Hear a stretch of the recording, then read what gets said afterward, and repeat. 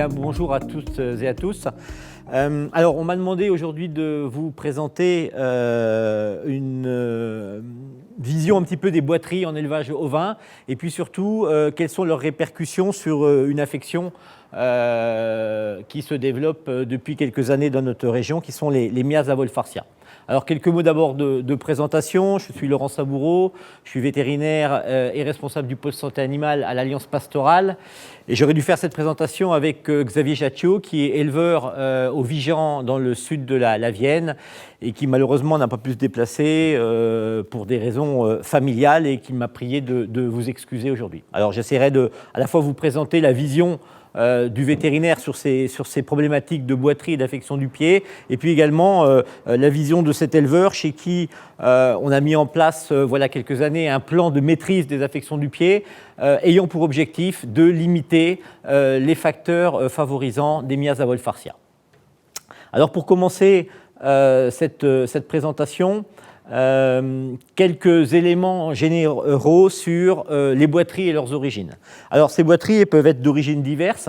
Tout d'abord des boiteries d'origine traumatique, des morsures, des fractures, des entorses, des corps étrangers sur lesquels on va intervenir à la fois sur le trauma mais également sur le symptôme, soit par un traitement de type mécanique, soit par un traitement anti-infectieux. Ensuite, les boiteries d'origine nutritionnelle qui sont assez nombreuses en élevage ovin. Donc, on a les carences en vitamine E et sélénium, ce qu'on appelle les myopathies ou plus communément le RAID. Les tétanies d'herbage qu'on voit quand même moins souvent en élevage actuellement, tout simplement parce que la prévention, qui est une supplémentation alimentaire via du magnésium, est communément mise en place dans les élevages. Et puis les ataxies en zootique qu'on voit encore moins souvent, qui sont des carences en cuivre.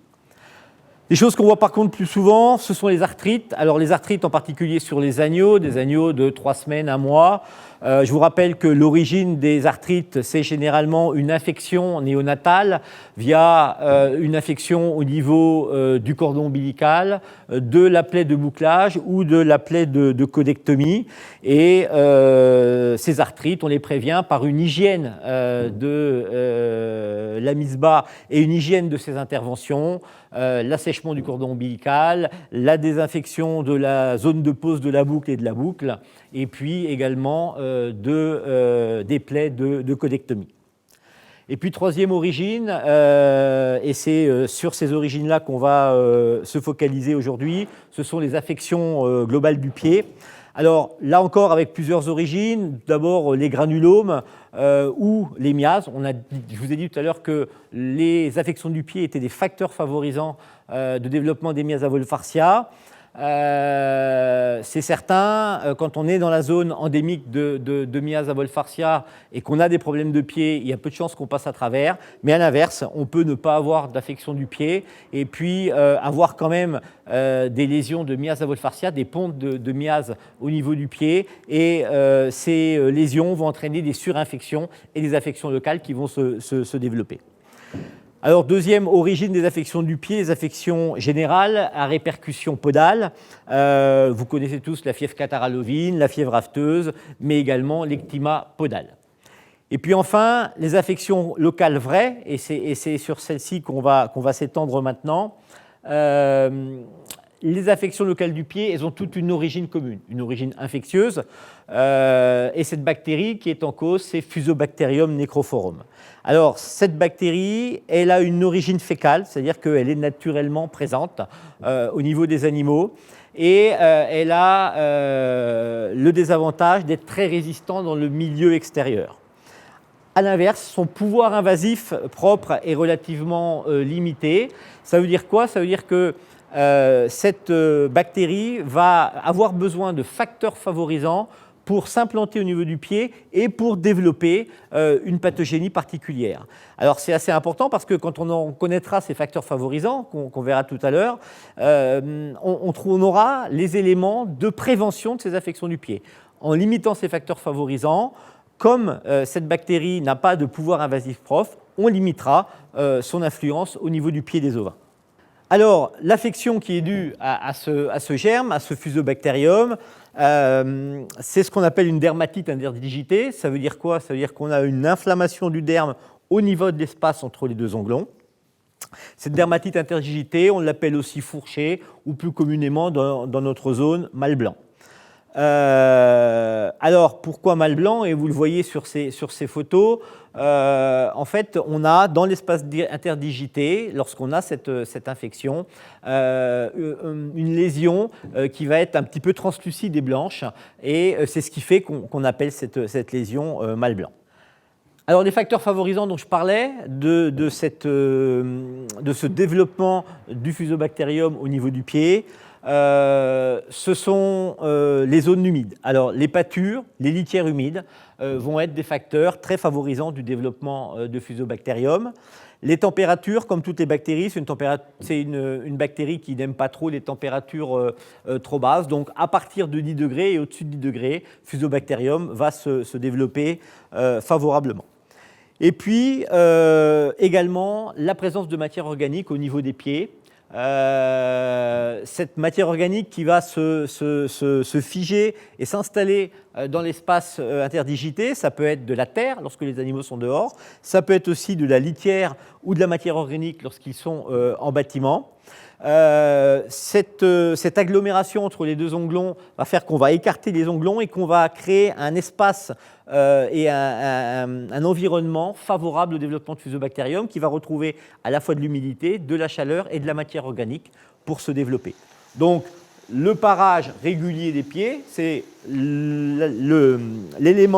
de prévention numéro 1. On verra que c'est aussi un élément de prévention lorsqu'on a du piétin, puisque le second germe qui est responsable du piétin est un germe qui est très sensible à l'air ambiant, à l'oxygène, puisque c'est un germe qui est dit anaérobie, qui se développe en absence d'oxygène, et que plus on part un onglon, plus on ouvre en fait l'espace interdigité, plus on fait rentrer d'air à l'intérieur de l'onglon. Donc plus on va lutter contre le germe du piétin.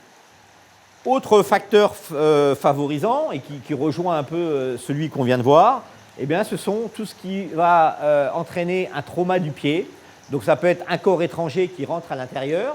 Ça peut être aussi des lésions de l'espace interdigité. Et par exemple, sur des agneaux qui sont en bergerie, on a un parasite qu'on associe généralement à des strongs gastro-intestinaux, même si, en fait, de par sa biologie, ce n'est pas un strongle. Ce sont les strongyloides. C'est ce qu'on appelle souvent entre nous strongs de bergerie. Ces petits strongs, ils ont l'habitude, en bergerie, de pénétrer à l'intérieur de l'organisme des animaux, que ce soit brebis ou agneaux, mais ce sont les agneaux les plus sensibles, en traversant la peau. Alors, ils traversent la peau là où la peau est en contact avec la litière, et c'est vrai que l'espace interdigité, c'est l'espace du corps qui est le premier en contact avec la litière. Donc, on peut avoir des petits strongyloides qui vont pénétrer à travers le derme dans l'espace interdigité et favoriser derrière l'implantation du fusobacterium. On en a déjà parlé aussi. Autre facteur favorisant, les miases qui vont venir en fait. Vous savez que les miases à Wolfartia entraînent une lésion qui est en canaux à l'intérieur du pied. Donc ça aussi, ça va être un facteur favorisant de pénétration du fusobacterium dans le derme. Donc on voit bien déjà que dans la maîtrise des affections du pied, tout ce qui est maîtrise de l'humidité, alors vous allez me dire, à l'extérieur, c'est quelquefois pas évident, on en a l'exemple aujourd'hui, mais en tous les cas, en bâtiment, avoir la litière la plus sèche possible, la plus saine possible, favorisera la prévention contre les affections du pied. Température, pas facile de gérer, sauf que la température au niveau de la litière, elle peut quand même se gérer facilement. Plus on aura une litière sèche, plus on aura une litière qui sera saine, moins la température sera élevée au niveau de la litière, moins ce sera favorable au développement de fusobacterium.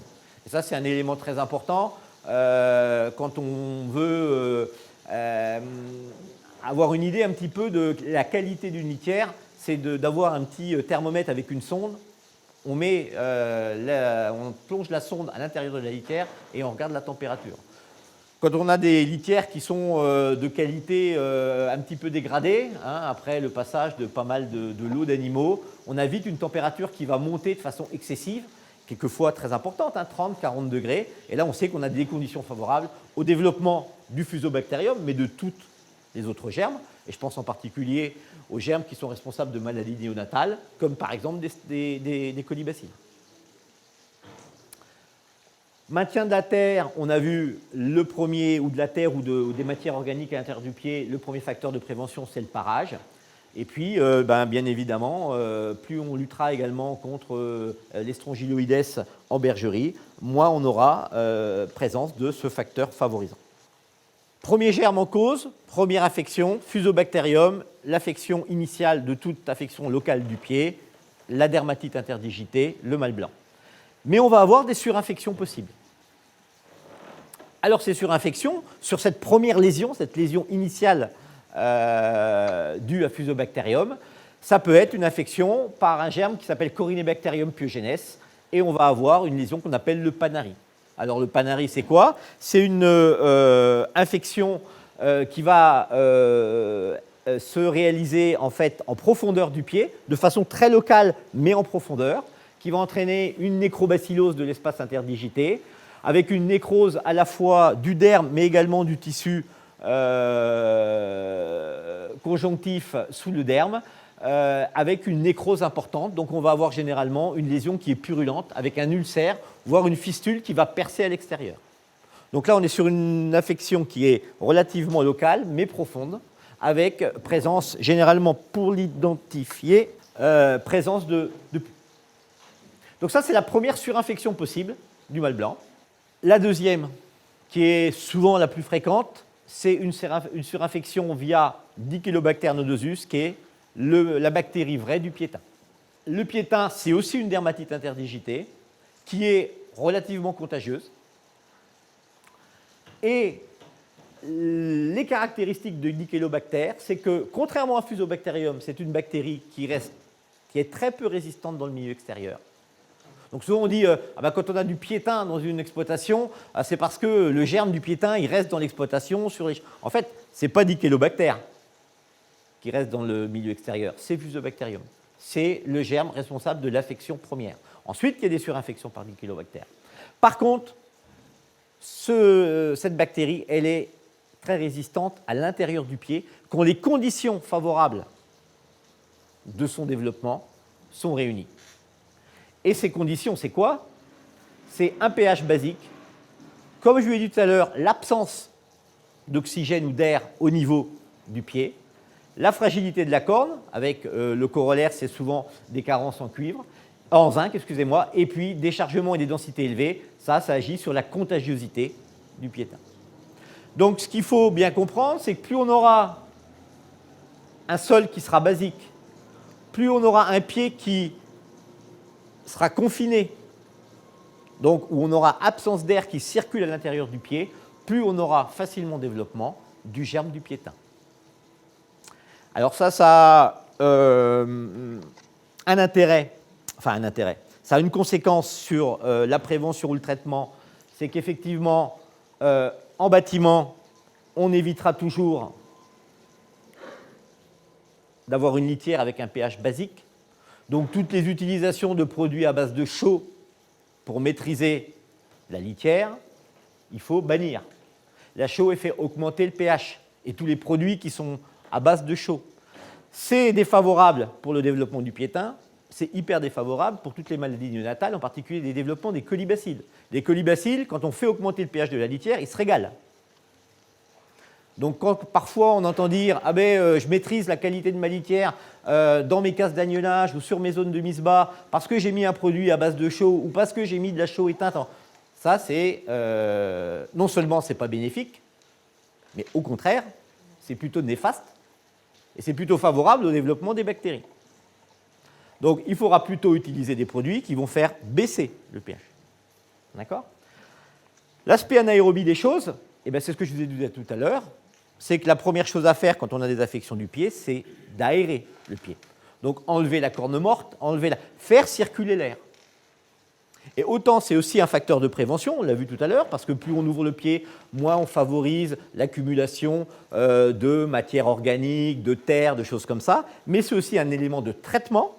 C'est-à-dire qu'à partir du moment où on a des bactéries qui se développent, et en particulier on a du piétin avec développement de Dichelobacter, il faut aérer le pied. Donc il faut commencer par parer.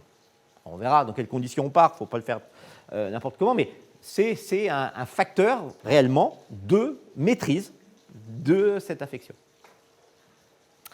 Alors, je vous l'ai dit tout à l'heure, les lésions du piétin, tout le monde n'est pas, tous les élevages ne sont pas égaux devant le développement du piétin. Il y a plusieurs stades de virulence et de niveau d'atteinte des pieds. Et c'est lié effectivement à la virulence de cette bactérie, la responsable du piétin, Dichelobacter. Et en fait, c'est dû, là vous avez une bactérie vue au microscope électronique, et là vous avez ce qu'on appelle les pili. Donc c'est des petits poils, enfin des longs poils à la surface de la bactérie, et c'est eux qui sont responsables de l'attachement de la bactérie sur la peau et à l'intérieur des lésions du pied. Et donc, plus ces pili seront actifs, alors plus ils seront nombreux, plus ils auront des zones d'attachement, plus le piétin sera virulent. Donc plus on aura des atteintes importantes. Donc les stades, ça va du stade 1, qui est généralement le stade que je vais montrer tout à l'heure, au stade mâle blanc. Le stade 4, c'est l'atteinte de l'onglon, la chute de l'onglon, cette odeur forte, putride, avec généralement présence de pus important au niveau du pied. Mais on a des élevages où, par exemple, on va rester toujours au stade 1, au stade 2, parce que la souche de Dichelobacter qui est présente dans l'exploitation, une souche qui est peu virulente. Et puis, un troupeau voisin à côté, lui pourra avoir des lésions qui arriveront au stade 4, là, avec vraiment ce qu'on appelle le piétin vrai, parce que la souche de Dichelobacter sera un petit peu différente. Alors, voilà, on sort un petit peu du cadre de la diapo, mais les boiteries sont des facteurs réels favorisant des miasmes à Wolffartia magnifica. Alors pourquoi ? Parce que, alors rapidement, vous connaissez tous maintenant malheureusement cette mouche, qui est une mouche qui se développe quand il fait chaud et sec, mais qui va rechercher les zones humides et délénées du corps des moutons pour aller pondre ses larves. Voilà. Donc c'est une mouche qui pond très peu sur les zones lainées et pond sur les zones délénées et plutôt les zones qui sont humides. Alors quand on dit humide, ça peut être de l'humidité ambiante, ça peut être un écoulement, et en particulier on sait qu'une des localisations importantes de Wolffartia, c'est la vulve lorsqu'on a des écoulements vulvaires liés soit à des chaleurs, soit à des infections sur une éponge vaginale. Voilà. Mais c'est aussi le pied. Alors le pied il est toujours un petit peu humide, vous savez que vous avez ce qu'on appelle le sinus biflex, là, il y a toujours un petit écoulement à ce niveau-là. Mais bien sûr, quand on a une infection du pied, ça renforce encore cette attraction de Wolffartia par l'humidité qui est dégagée que dégage la lésion.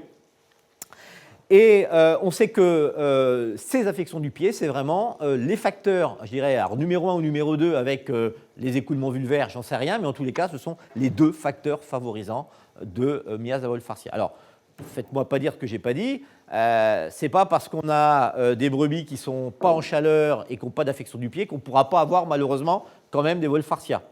On pourra en avoir sur ces zones-là, parce qu'il y a toujours un petit peu d'humidité, comme je vous le disais, par exemple au niveau du pied. On pourra en avoir dans les oreilles, on pourra en avoir. Voilà. Mais forcément, si on est dans une zone où il y a de la Wolffartia et qu'on a à la fois des brebis qui viennent en chaleur, des affections autour de l'éponge, et puis on a des affections du pied, piétin ou pas d'ailleurs, il y a quand même très peu de chances qu'on passe à travers. Alors là, c'est un petit schéma pour vous montrer ça. C'est en 2016 ou 17 je crois, on avait fait des essais de traitement pour trouver le mode de traitement le plus efficace des miasmes à Wolffartia. Donc on avait fait ces essais dans 3 élevages et sur 112 brebis. Et ça, on avait regardé quelle était la localisation des miasmes dans ces troupeaux. Vous voyez que donc ça c'était des troupeaux qui étaient Vienne, plutôt Sud-Vienne, dans la zone historique de Wolffartia. Et vous voyez que les localisations du pied représentaient 52%, et on avait 2%, on avait à la fois des affections, des miasmes dans les pieds et dans la vulve. Donc c'est-à-dire qu'en gros 54% des cas qu'on a des 112 brebis qu'on avait traitées, c'était des localisations podales. Alors c'est pour ça que dans la maîtrise des miasmes à Wolffartia, les le premier élément, donc là vous avez une diapo qui avait été faite dans le diaporama qui est mis à disposition des techniciens, des vétos et des OP qui veulent faire des présentations sur Wolfachia. Dans ce diaporama, dans la maîtrise des facteurs de risque, la maîtrise des affections du pied figurait en première position. Et puis ça, c'est la fiche qui a été adressée aux éleveurs ovins des zones touchées. Là aussi, hein, dans les facteurs de prévention, la maîtrise des affections du pied est listée en premier. OK, il faut lutter contre les affections du pied parce que d'abord, elles sont préjudiciables à un élevage de qualité. C'est-à-dire qu'un animal qui boite, c'est un animal qui souffre. Un animal qui souffre, c'est un animal qui mange moins bien. Un animal qui mange moins bien, c'est un animal qui produit moins bien. Donc si c'est sur une brebis, eh bien, c'est un animal qui va pouvoir avorter, c'est un animal qui va avoir moins de colostrum, c'est une brebis qui va avoir moins de lait. Si c'est sur un bélier, c'est un animal qui va moins pouvoir saillir les brebis. Donc les affections du pied, c'est vraiment un impact technique et économique très important sur les troupeaux, donc il faut les maîtriser. Et puis cette maîtrise, ça permet aussi de maîtriser une partie des affections à Wolfachia. Et d'ailleurs, dans beaucoup de troupeaux où la boiterie était devenue, malheureusement, au fil des années, parce que c'est compliqué de se débarrasser d'affections podales, donc c'était devenu un élément, je dirais, omniprésent de la conduite d'élevage, et puis sur lequel, malheureusement, on était obligé de faire avec. Donc des brebis qui boitaient dans un troupeau, ça finissait par faire partie un peu du paysage. Avec Wolfachia, on a des éleveurs qui ont pris conscience que réellement, si on voulait se débarrasser ou limiter l'impact de Wolfachia, il fallait absolument s'attaquer aux problèmes de pied. Donc dans beaucoup de troupeaux, ça a été l'élément, et l'éleveur qui aurait dû être là avec moi ce matin, c'est le facteur déclenchant, c'est-à-dire que des affections du pied, il en avait, pas énormément, mais il avait du piétin depuis de nombreuses années, et ce qui a fait qu'à un moment donné, il a pris, entre guillemets, le taureau par les cornes, c'est parce que il a bien compris que c'était impossible de gérer ces problématiques de miase à Wolfachia, lui qui était dans la zone historique d'atteinte, hein, c'est-à-dire que les premiers cas, il les a eu en 2011-2012, il s'est aperçu que c'était impossible de les gérer s'il ne commençait pas par gérer ces problèmes de pied. Alors, comment on fait pour lutter? Je vous l'ai dit, un des éléments importants, c'est le parage. D'abord, parce qu'on va éliminer la corne morte, dans laquelle on va retrouver une charge bactérienne relativement importante. Et c'est pour ça qu'il faudra, les résidus du parage, on ne les laisse pas tomber dans le parc de contention, on ne les laisse pas dans la litière, parce que ce sont des sources de contamination importantes. Donc on les récupère et on les élimine. Mais aussi parce que ce parage, il va permettre d'ouvrir le pied au passage de l'air, au passage de l'oxygène, et donc va être vraiment avoir un effet, je dirais, curatif sur les germes et en particulier sur Dichelobacter nodosus. Donc ça, c'est hyper important. Le parage, on limite autant que faire se peut, c'est pas toujours évident, mais les saignements. Tout saignement, c'est une voie d'entrée des germes. On est dans une infection qui est à base d'une bactérie relativement contagieuse, donc plus on va éviter les saignements, plus on évitera les contaminations. Ensuite, il y a le traitement individuel des animaux les plus atteints. On va voir que la maîtrise des affections podales, c'est souvent une maîtrise de lot, une maîtrise de troupeau, mais il faut bien traiter les animaux les plus atteints. Alors, une fois qu'on a paré, on va pouvoir utiliser un traitement local avec des bombes ou des gels qui n'ont pas forcément d'ailleurs besoin d'être antibiotiques, hein. L'objectif, c'est d'avoir une action qui est désinfectante. Par contre, le traitement général antibiotique, lui, peut être préconisé quelquefois sur des animaux qui ont des atteintes importantes. Il y a aujourd'hui sur le marché des médicaments vétérinaires quelques médicaments qui ont des AMM spécifiques, en particulier contre le piétin, avec des injections souvent individuelles et uniques qui permettent de maîtriser les choses au niveau de l'individu. Le corollaire sur les animaux qui sont fortement atteints et qui sont récidivants, c'est qu'on n'arrivera pas à se débarrasser des affections podales et en particulier du piétin si on ne réforme pas sur ce critère-là. C'est-à-dire qu'il y a des animaux, je vous l'ai dit, le germe du piétin Dichelobacter, c'est un germe qui reste implanté de façon et qui résiste beaucoup dans le pied. Donc il y a des animaux qui vont contaminer en permanence leur environnement et leurs congénères. Donc un animal qui est récidivant malgré les soins qu'on peut lui apporter, c'est un animal qu'il faut réformer sur ce critère d'affection podale et de boiterie. Ça, c'est hyper important. Je ne connais pas vraiment de troupeaux qui se sont débarrassés du piétin quand ils n'ont pas eu une politique de réforme sur ce critère-là. Donc la réforme, ça fait partie du traitement et de l'éradication du piétin dans un troupeau. Le pédiluve. Alors le pédiluve, c'est un grand débat. Pédiluve, pas pédiluve, quel pédiluve, comment j'utilise le pédiluve. Parlons déjà des pédiluves classiques, donc les pédiluves humides, donc un produit qu'on va diluer dans l'eau. Ma position, c'est si on ne peut pas, en pratique, mettre en place correctement un pédiluve, il vaut mieux pas le faire. Et le mettre en place en pratique, dans de bonnes conditions, c'est compliqué. Alors c'est compliqué pourquoi? Pour plusieurs raisons. C'est qu'il faut être organisé. Il faut avoir un chantier de pédiluve. Le pédiluve, ce n'est pas 3 mètres d'eau avec un produit qu'on met dedans et puis on fait passer les animaux comme on peut. Parce que là, on est sûr, ça ne va pas être efficace, voire ça va être néfaste. Alors, si possible, on abreuve les animaux avant de passer au pédiluve. Le pédiluve de traitement, ce n'est pas un pédiluve de nettoyage. C'est-à-dire que si on fait rentrer des animaux qui ont les pieds dégueulasses dans un pédiluve de traitement, les 2-3 premières vont être traitées, les autres vont être contaminées. Parce que les germes se développent en présence de matière organique. Donc avant le pédiluve de traitement, il faut absolument un pédiluve de nettoyage, une zone de nettoyage. Ça peut être un pédiluve avec que de l'eau. Mais il faut que les brebis rentrent dans le pédiluve de traitement avec des pieds propres. Et derrière, quand on a traité, si on remet les animaux dans la bouillasse, dans l'humidité, le produit, on est sûr, il ne sera pas efficace.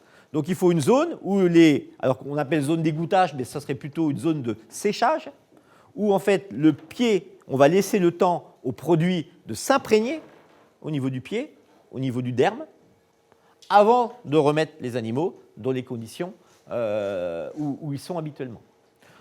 Donc vous voyez déjà que un pédiluve de nettoyage avec de l'eau, un pédiluve de traitement, une zone d'égouttage. Bon, voilà, il faut s'organiser. Ce n'est pas impossible, mais il faut le faire. Ensuite, il y a la problématique du temps de stationnement des animaux dans le pédiluve de traitement. C'est-à-dire qu'il y a très peu de produits qui fonctionnent de façon instantanée. Il faut toujours qu'il y ait un contact pour que le produit puisse s'imprégner. Et ce contact, malheureusement, pour la plupart des produits qu'on utilise communément et qui sont utilisés depuis la nuit des temps, c'est des contacts qui sont relativement longs. Quand je dis relativement long, si vous utilisez du formol, donc le formol, vous savez qu'aujourd'hui, il n'est autorisé en pédiluve que si la solution de formol que vous avez utilisée est classée biocide, d'accord, donc une des catégories de biocides. C'est généralement des formules qui sont à 7-9%, qu'on va diluer à 7-9%. Il faut laisser au moins 5 minutes. 5 minutes, c'est long, hein. Le sulfate de cuivre, que beaucoup utilisent, parce qu'il a l'intérêt de durcir un peu aussi la corne, de la rendre plus résistante, c'est au moins 15 minutes. Alors si 5 minutes c'est long, 15 minutes... Le sulfate de zinc, à moins de 20 minutes, il vaut mieux utiliser du zinc dans l'alimentation, hein. Donc vous voyez que ces conditions-là, elles sont très difficiles à mettre en place. Parce que si on est sur un pédiluve où ce qui règle la vitesse d'avancée dans le pédiluve, c'est par exemple le traitement antiparasitaire qu'on fait au bout, eh ben, les brebis ne restent pas ce temps-là dans le pédiluve. Donc les pédiluves de stationnement, à la rigueur, faut quasiment pas, si on veut mettre beaucoup d'animaux, il ne faut quasiment pas que ce soit des pédiluves couloirs. Il faut que ce soit des pédiluves qui soient des surfaces entières de pédiluve. Alors, il y a des produits aujourd'hui sur le marché où on peut diminuer le temps d'attente, mais c'est toujours plusieurs minutes.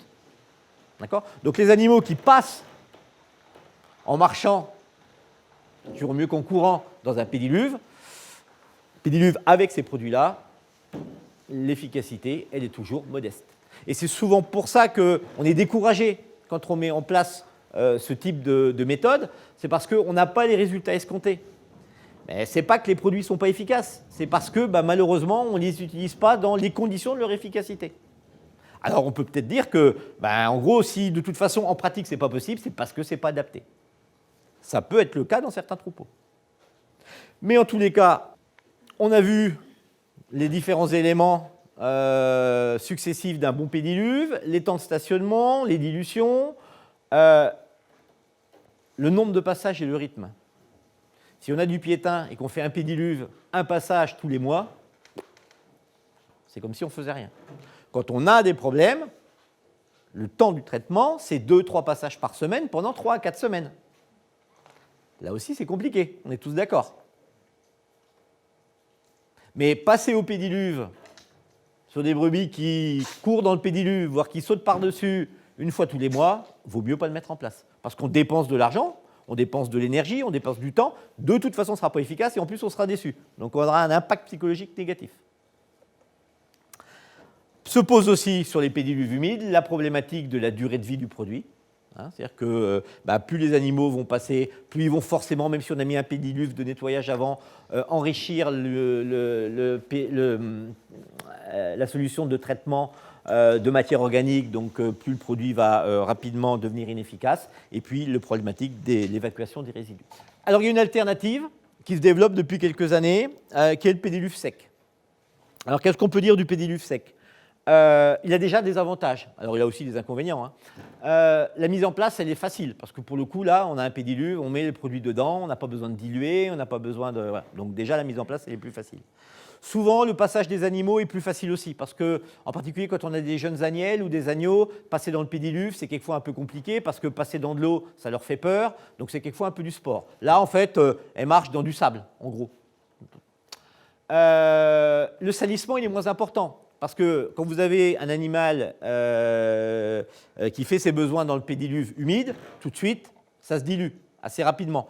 Là, dans le pédiluve sec, ça reste en place. Il suffit ensuite de le nettoyer avec une pelle ou un râteau. Donc, le phénomène de salissement est moins important. L'élimination des résidus, en tous les cas, de faire sortir les résidus de traitement du pédiluve, c'est plus facile. Parce que là, c'est pareil, à la pelle, on les enlève facilement.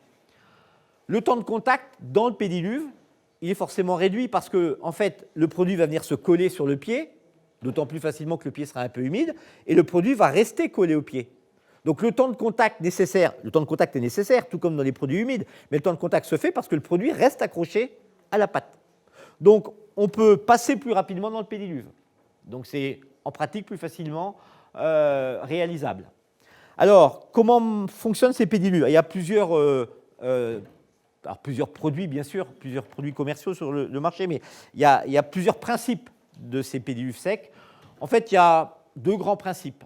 Tous les produits entraînent d'abord un assèchement du pied. Donc, c'est toujours un support. C'est toujours le support de poudre, c'est toujours un support qui est très absorbant. C'est souvent d'ailleurs des produits qui sont dérivés des produits asséchants qu'on utilise sur les litières. Le principe d'obtention du produit est un peu le même. Donc l'objectif, c'est de capter l'eau et de priver les bactéries de l'humidité du pied qui est utile à leur développement. Et puis ensuite, il y a des produits qui vont baisser le pH du pied, parce que ce sont des produits relativement acides. Et je vous ai dit tout à l'heure, par exemple, le Dichelobacter, la bactérie du piétin, c'est une bactérie qui se développe quand le pH est basique. Et bien, en acidifiant le pied, on va rendre les conditions du pied moins favorables au développement de Dichelobacter.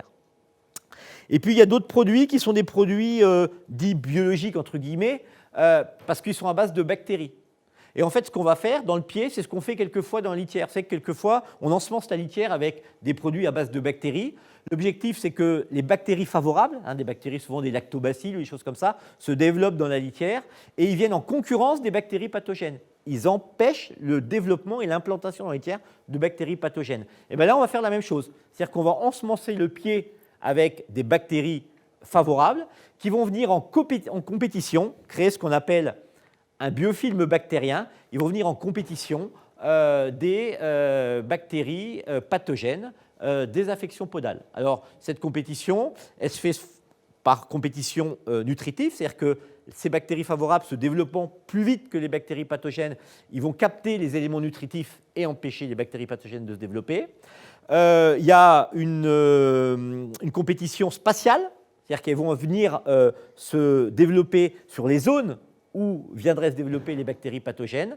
Et puis le troisième type de compétition, qui est plus une compétition curative, c'est que les bactéries qu'on utilise dans certains produits vont produire des substances qui sont des substances qui vont venir détruire les bactéries pathogènes.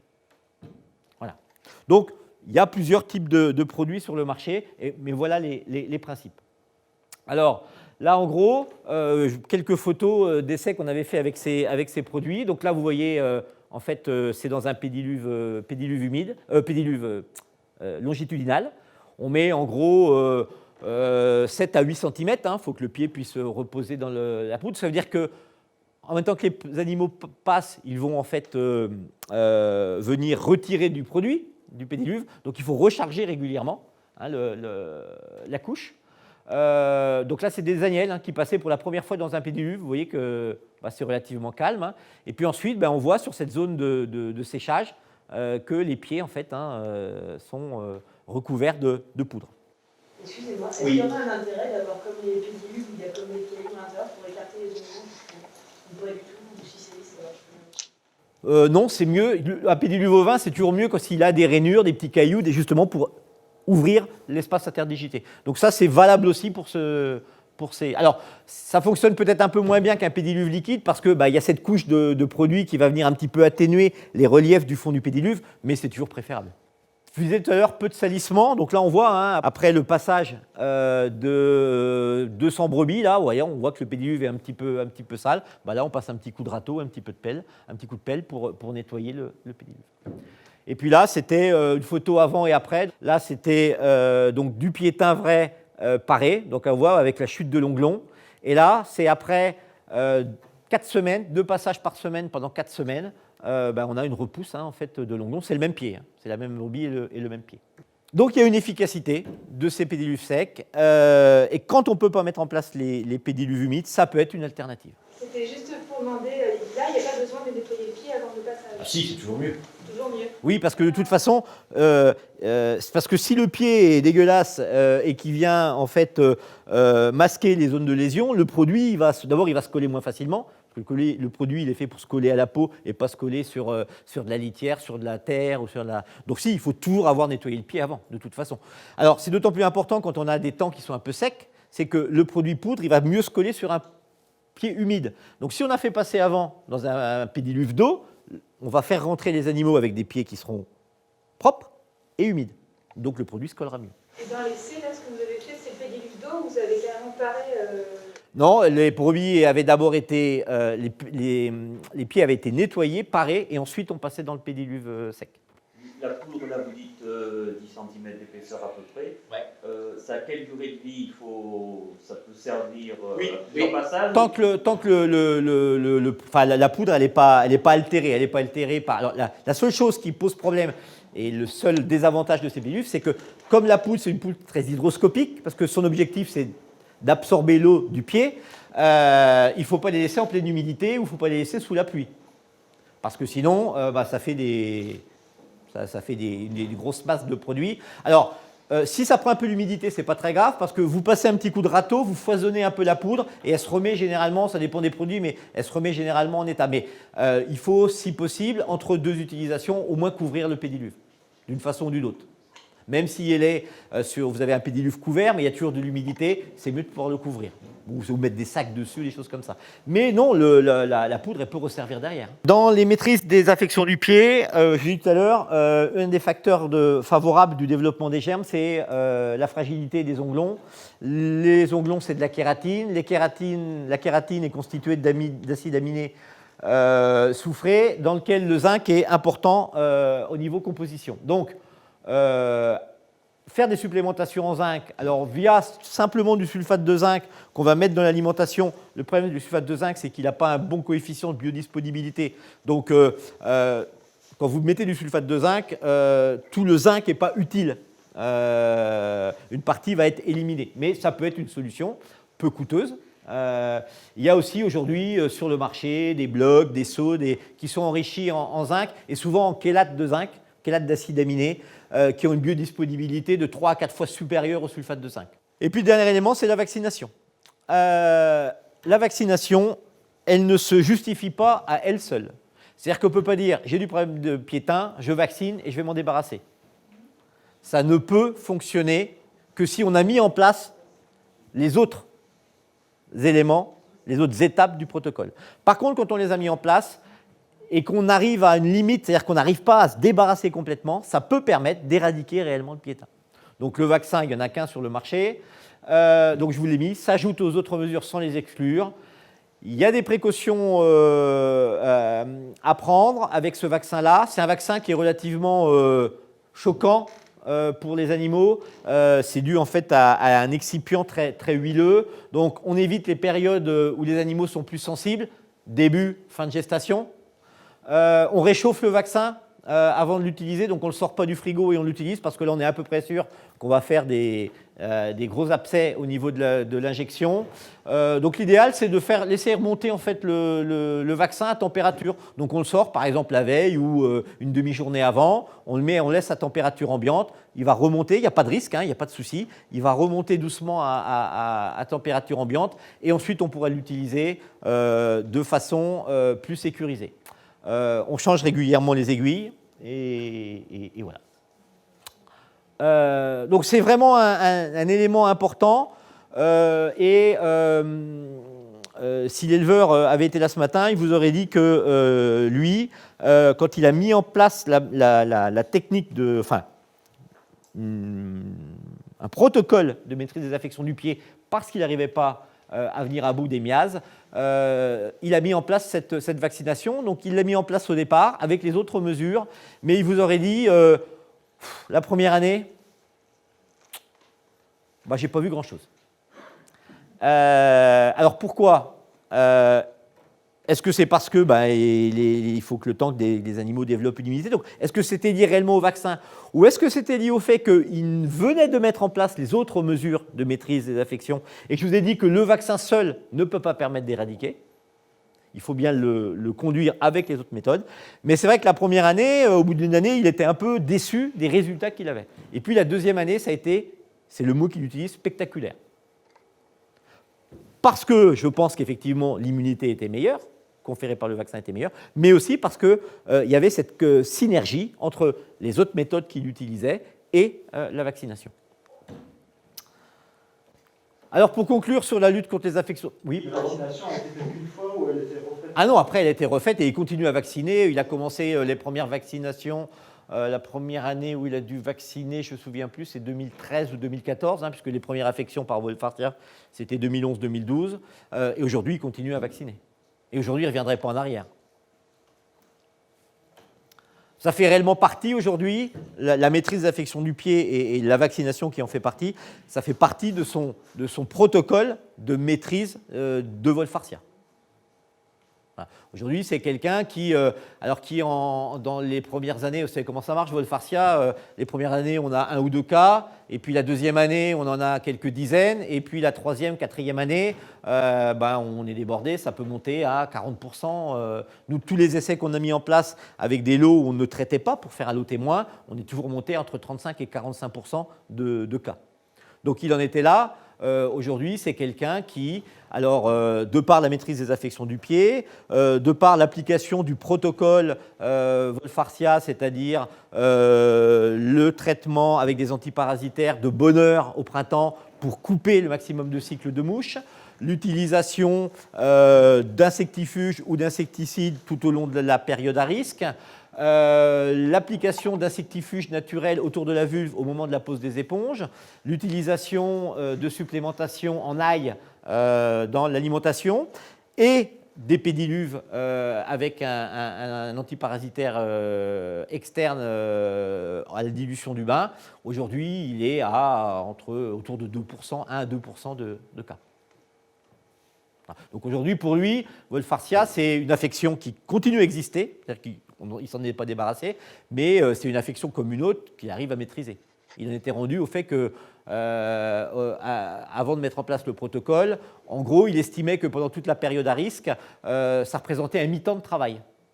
De repérer les animaux, celui-là, 600 brebis, de repérer les animaux atteints, d'aller les traiter au pâturage et ainsi de suite. Pour lui, c'était un mi-temps, en gros, de juin à septembre. Et du coup, tout ce qui a été mis en place à ramener à la brebis, ça représente un coût quel budget, du coup? Ouais, je crois qu'on avait fait le calcul de l'estimation du coût global de tout le protocole. Wolfarsia, on était autour de 4,50 € par brebis. Pour conclure sur la lutte contre les infections du pied, on revient à ce que je vous disais tout à l'heure. La maîtrise des facteurs de risque, elle est hyper importante. Au-delà de toutes les choses qu'on a mis en place, on a vu tout à l'heure, attention au chargement et à la densité, surtout en bâtiment, puisque le piétin est une pathologie très, très contagieuse. Éviter, bien sûr, les échanges de parcours, de pâture, de choses comme ça, entre troupeaux. L'hygiène des litières, on en a parlé. La maîtrise du parasitisme, en particulier strongyloides. On a vu tout à l'heure quel facteur favorisant c'était. La surveillance régulière des pieds et le parage des pieds. Et puis, attention, beaucoup d'affections du pied sont comme les avortements, comme la gale. Ce sont des pathologies qu'on achète. Donc attention à la quarantaine quand on rentre des animaux qui viennent de l'extérieur dans une exploitation. Il vaut mieux isoler les animaux, en tous les cas ne pas les mélanger à d'autres lots pendant un certain temps. Le temps qu'on va perdre à ce moment-là, c'est du temps qu'on va gagner ensuite. Donc ça, c'est hyper important.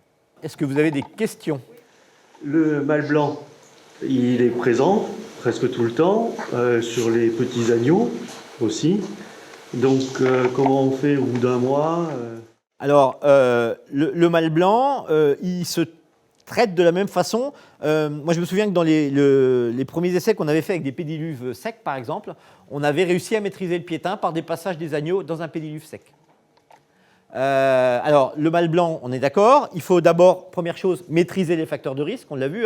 Le mâle blanc, donc, c'est Fusobacterium. C'est cette bactérie qui est très résistante dans le milieu extérieur, mais qui n'a pas de facteur de pathogénicité propre. Donc, le mâle blanc, il ne se développe que si les facteurs de risque sont présents. On a vu les facteurs de risque, l'humidité de la litière, les températures un peu élevées. Voilà. Donc ça, il faut essayer de maîtriser. Et en particulier sur des agneaux qui ont du mâle blanc, en bergerie, attention à la qualité de la litière.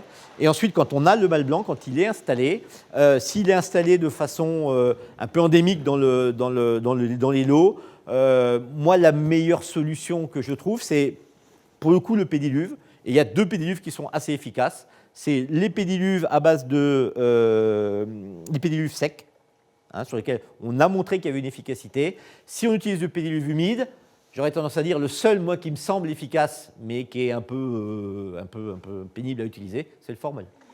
C'est sur des périodes, le mâle blanc. Il y a des moments où on est plus tranquille. Ouais. Donc, ce que je fais, moi, c'est du traitement au cas par cas, avec un coup de bombe, et ça représente beaucoup de temps. Parce que vous n'avez pas un nombre d'animaux atteints trop important. Oui. Voilà. Moi, je vous disais, quand on arrive à un mâle blanc qui est endémique, c'est-à-dire qui va toucher plusieurs dizaines de pourcents du lot, le traitement individuel, il devient compliqué. Et en préventif, l'idée, c'est de le maintenir aussi, et puis pas intervenir sur les animaux. Préventif, il n'y a pas d'autre prévention, que je sache, que la maîtrise des facteurs de risque. Et un pied qui est en bonne, qui va être plus résistant. Donc, le passage au pédiluve sec, par exemple, à base de bactéries, pour le coup, parce que là, ça a vraiment un rôle préventif. C'est-à-dire qu'on va ensemencer le pied avec des bactéries favorables qui vont empêcher le Fusobacterium de s'implanter. Là, c'est dans un principe, comme on fait dans des cases d'agnelage, par exemple. Les cases d'agnelage, on essaye de plus en plus, avant même le premier agnelage, d'implanter en fait une flore positive dans la case d'agnelage pour éviter que les bactéries pathogènes se développent. Donc ça peut être quelque chose d'important dans les troupeaux où régulièrement, de temps en temps, on revient avec du mâle blanc. Et je ne sais pas, est-ce que certains d'entre vous utilisaient les pédiluves secs? Là, il en a été quand même pas mal question. On a commencé, alors je ne sais pas si on a un protocole encore très bien en place. Donc on les passe dedans, mais après si on les remet sur des prairies, peut-être aussi qui ont ça.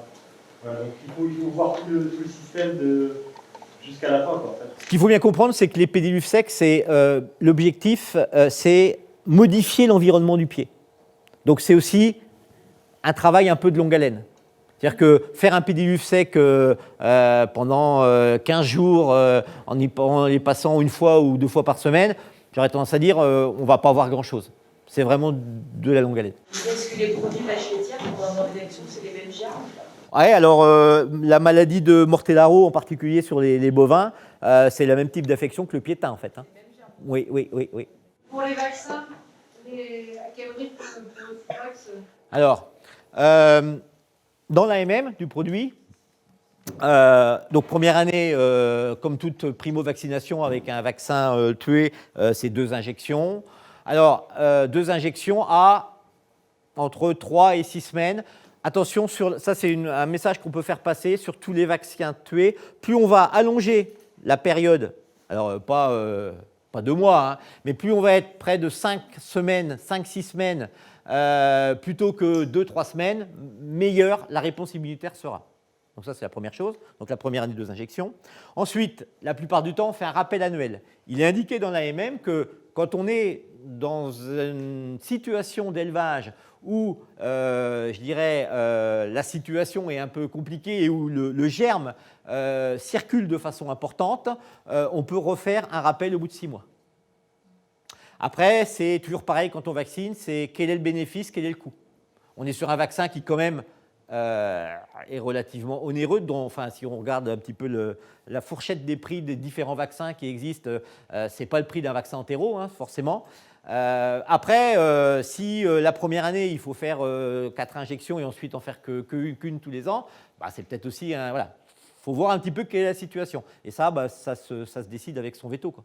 Dans les conseils d'emploi, ils mettent aussi d'essayer de faire de façon anticipée pour ceux qui ont des animaux en bergerie avant la période de risque. Alors oui, parce que comme c'est un vaccin, parce que si on dit qu'il faut le faire tous les 6 mois, c'est parce que ça veut dire qu'en gros, le pouvoir immunogène, donc la réponse immunitaire qui va être déclenchée par le vaccin, elle n'est pas excellente dans le temps. Donc ça veut dire qu'effectivement, quand on a identifié des périodes à risque où on a plus de flambées en fait, de piétins qu'à d'autres, il vaut mieux faire le rappel avant cette période-là.